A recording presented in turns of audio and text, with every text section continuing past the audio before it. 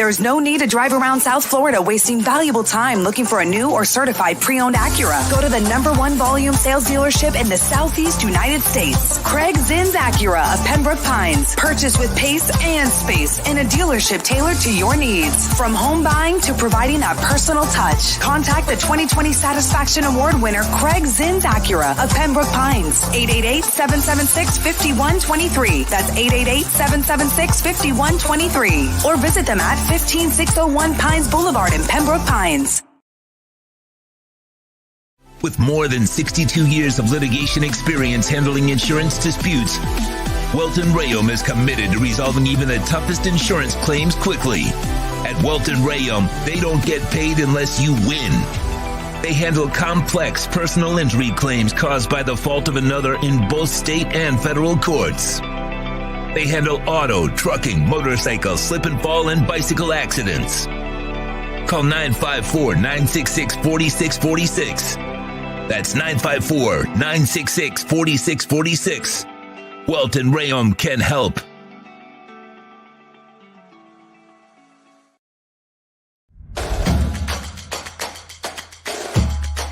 Welcome to Caneswear. New store, new items, same great experience. Family owned and operated since 2010, Caneswear has the latest merchandise from the Miami Hurricanes, Miami Dolphins, Florida Panthers, Inter Miami CF, and more. Come visit us at our store in Davie on University Drive, just south of 595, or online at caneswear.com. Caneswear, the spot Miami fans shop.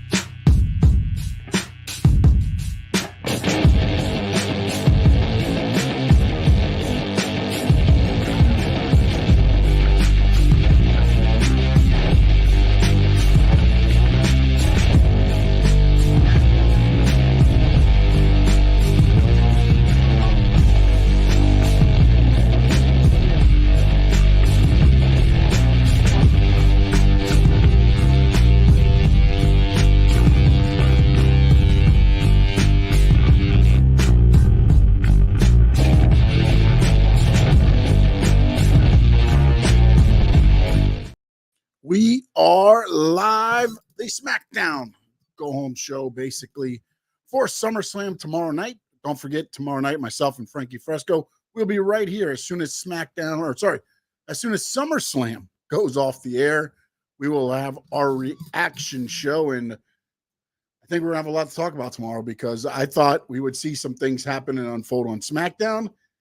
They did not happen, and I'm just wondering what SummerSlam now holds for us. And I appreciate everybody that's watching us on X. If you're watching on Twitch, if you're watching on YouTube, appreciate it. If you can, jump over to the YouTube side when you get an opportunity. Hit the subscribe, Stanley Media House Network YouTube channel.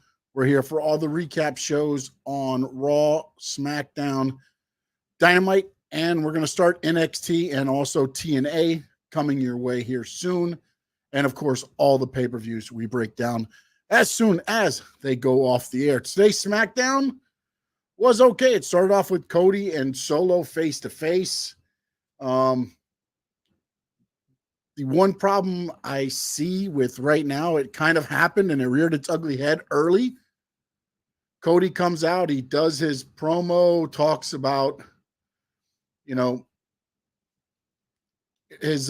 wants payback for Orton and KO with Solo's blood. Solo comes out, and what's the first thing you get? We want Roman. We want Roman. We want Roman. Chants from the crowd, and it was just like, man, it is going to be very interesting to see how this plays out. Because I'll tell you now, anybody that's watched SmackDown, if you haven't watched SmackDown, of course, you're here to see my reaction. The Bloodline, Jacob Fatu and Tama Tonga are your new WWE SmackDown Tag Team Champions. They defeated DIY. I did not see that happening. I thought for sure there would be some shenanigans. I thought maybe Jimmy Uso returns. That did not happen. And it was pretty much a clean win for Jacob Fatu and Tama Tonga, and then they presented the titles to Solo Sikoa And I think for like the 5th week in a row, SmackDown ends with the Bloodline standing tall and acknowledging the tribal chief, Solo Sikoa. So, again, heading back to the beginning of the show, as soon as Solo entered, they got the "We Want Roman" chants. Then Solo said, when you beat Roman Reigns at WrestleMania, he was a tribal chief that was weak. I am dangerous. And then at that point, you had Fatu and the whole bloodline come down from the outside in the audience area into the ringside area. They kind of surrounded the ring. Cody got on the mic and said, "Tonga Loa, I'm not scared of you. Tama Tonga, I'm not scared of you." He looked at Jacob Fatu and he says, "I know everybody's damn crazy for saying this, but I'm not scared of you either, Jacob Fatu." And Solo challenged him to a Bloodline rules match tomorrow at SummerSlam. So tomorrow now it will be Cody versus Solo, the undisputed WWE Heavyweight Championship in a Bloodline rules match. Again, I thought maybe WWE would play a little bit of the hand tonight and have Jimmy come out and cost the Bloodline. But they made the Bloodline stronger now. They have the tag team titles. Solo said, tonight, the tag team titles come back to the Bloodline. Then tomorrow night, that title, and Cody Rhodes was holding his title up, that title comes home too. And, man, I know we jokingly said, and we've said it before, that there's no way they end this reign of Cody Rhodes, right?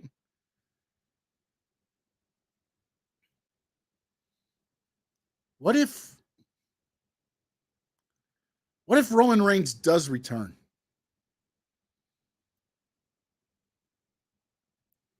What if Roman Reigns does return and he actually helps Solo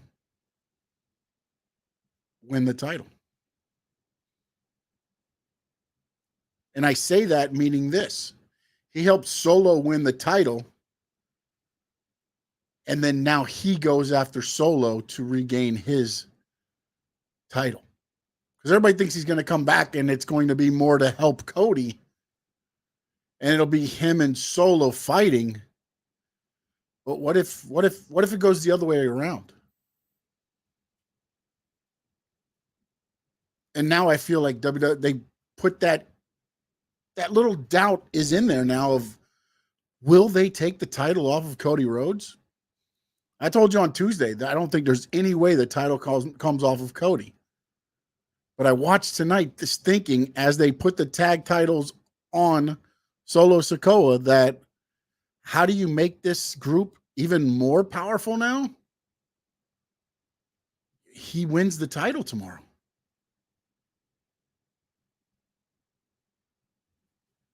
And in a Bloodline rule match, anything can happen. So Roman could go to spear Solo. Solo moves out of the way. He nails Cody. And then, however you do it, and then 1, 2, 3. We talked a lot about the Rhea Ripley, Dom, Liv thing angle on Tuesday about Dom accidentally costing Rhea the match now, and then ultimately the swerve later. What happens if the same thing sort of happens in this match? And honestly, until they put those titles on the Bloodline tonight, I thought there would be no way. I thought the Bloodline was being built up. Tonight, they get, hosed by Jimmy on the tag team titles. And then tomorrow night, Roman returns and takes care of Solo. And then now you've got the Civil War started. But after watching SmackDown tonight, there's a little doubt in there now. There's a little doubt that could they take the title off of Cody Rhodes? And in the Bloodline rule match, again, everything can go. We saw it at WrestleMania. What was it? It was Jimmy first, then Jay,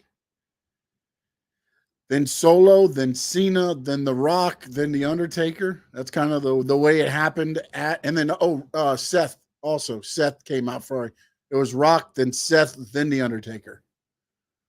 And then Roman with the chair hit Seth instead of hitting Cody, and then Cody wins the title. Again, it's going to be very interesting to see where they go. Other than that, I mean, I was very happy that the Carmelo Hayes and Andrade match got a good amount of time. I felt it showed what those two could do. Andrade wins again with a quick little reverse roll-up, and now he's up 2-0 on Carmelo. We'll see where this goes. I don't know if they're going to end up doing a best-of-7 match, but right now he's up 2-0. So in a best-of-3, he's won. We'll see if they now try to go a best-of-5. And then maybe they do a best-of-5 and Andrade wins the next one, and they say best-of-7, and then Carmelo wins the next 4 or something. I don't know how they're going to work this out, but I'm just happy that they gave them almost 3 segments of TV time to do that match. I thought the match was real good. They both got to show what they could do. You had Santos Escobar with Legado del Fantasma, and he took on Apollo Crews. Corbin comes out, tries to help him out. The strength and numbers are there. Escobar gets the win. Ultimately, I think they're going to get Crews, Escobar, and maybe they add somebody, and you'll get a 6-man tag there. The Logan Paul homecoming ceremony, you knew something was going to happen, right? They do the banner hanging there and where the Cleveland Cavaliers play. I guess they got one banner, right? LeBron brought them 1 championship. So it falls down. It's Logan Paul, and it says, yeah. So that was an interesting portion of the show. Then LA Knight comes out, and he was like, oh, let me find a better banner for you. He goes to the back. There's the Prime. I don't know, what is the Prime-mobile, I guess, the blue Prime-mobile. He hops in it and basically takes off with it and takes Logan Paul's Prime vehicle. So that's going to be interesting tomorrow night. I feel like LA Knight comes out on top of this one. I think LA Knight finally captures his first gold in WWE main roster. Jade and Bianca took on Isla Dawn and Alba Fire. Jade still a little iffy on the selling. She did the double suplex and she hopped right up, but Bianca still hadn't worked her way up and didn't give the crowd a chance to get behind it. And she was trying to get to the tag real quick, and like, you got to sell it a little bit more, a little bit longer. The timing was a little bit off there on that.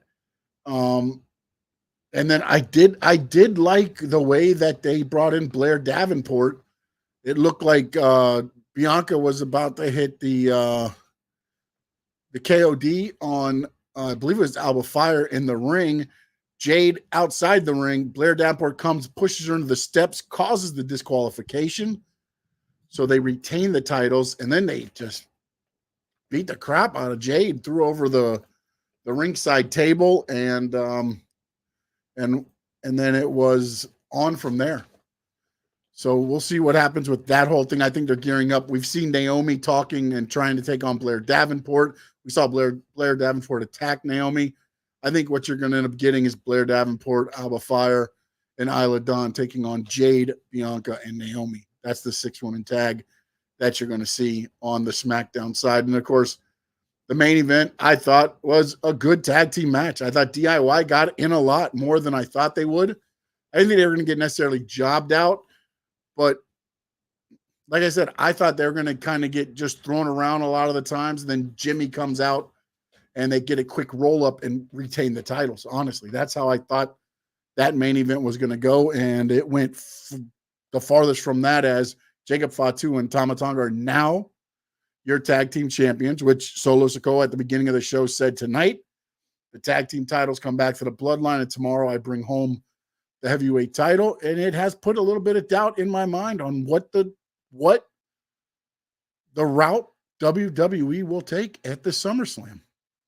It is going to be very interesting to me to see which way they go. And again, I still believe it's Cody, because I believe Roman's going to take out Solo somehow. But what if, again, Shawn Michaels, Undertaker, Bret Hart, Shawn Michaels, guest referee, goes to hit Bret Hart. nails The Undertaker. Bret Hart wins the heavyweight title. Bloodline rules. Roman trying to take out Solo. Misfires, spears Cody. And then he gets the 3 count. It's going to be very interesting. Let's see what we got in the chat. If they take title off Cody, all the momentum he built with the title will be gone. Would they let him regain the title? And again, that's the portion where my biggest doubt lies, because again, as I've always said, they have put so much behind Cody. But what's a bigger oh shit moment than if Roman costs Cody the title and you're like, what the hell? Like, you wouldn't have thought of that coming.